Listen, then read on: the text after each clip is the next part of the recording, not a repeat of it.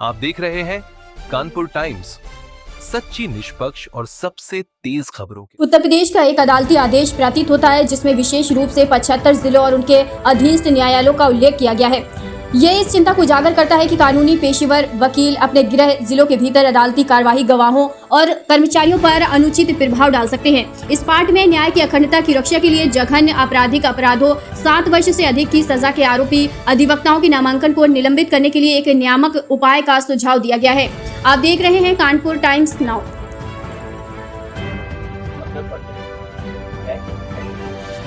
मैं Kuldeep Singh Yadav, advocate and associates, Kanpur नगर।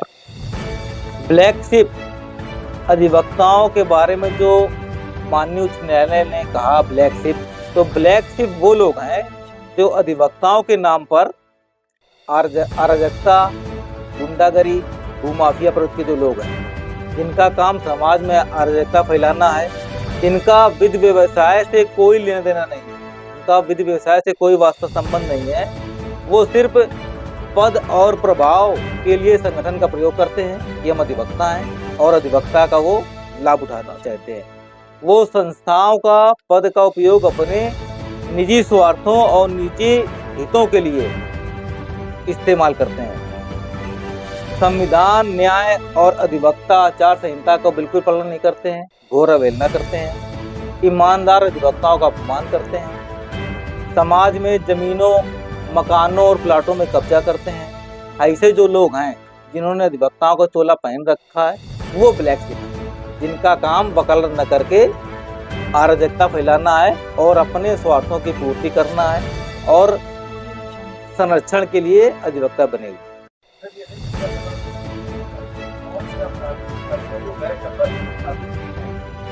उच्च न्यायालय ने उन मामलों को गैर जनपद स्थानांतरित किया है जो हीनियस क्राइम में आते हैं और जिनमें 7 साल से अधिक की सजा का प्रोविजन है। वो मुकदमे गैर जनपद जाएंगे, क्योंकि ये जो ब्लैक शिप लोग हैं जिन पर मुकदमे यहाँ कायम हैं हीनियस क्राइम के, तो यहाँ पर क्या करते हैं, वो न्यायालयों पे दबाव डालते हैं, वादकारियों को यहाँ दबाव डालते हैं, वादकारियों को डराते धमकाते हैं। इसलिए उच्च न्यायालय ने ऐसा व्यवस्था की है कि ये मामले जो इनमें 7 साल से अधिक की सजा है वो गैर जनपद जाएंगे और ये मुकदमा वहां लड़ेंगे।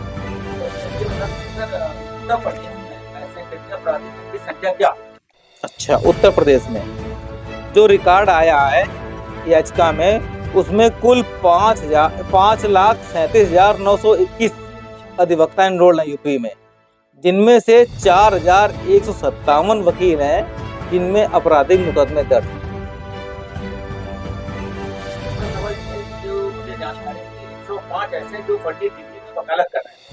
हाँ, इनमें 105 अधिवक्ता वो पाए गए हैं जिनके पेपर फेक, वो फेक और फोर्जरी पेपर के आधार पर अधिवक्ता बन गए हैं। उनके खिलाफ भी मुकदमा दर्ज कर कानूनी कार्रवाई की जाने का भी दिशा निर्देश दिया गया है और उसमें कार्रवाई चल रही है। ऐसे वकील भी अब जेल जाएंगे जिन्होंने फर्जी प्रपत्रों से अपना अधिवक्ता चोला पहन रखा है।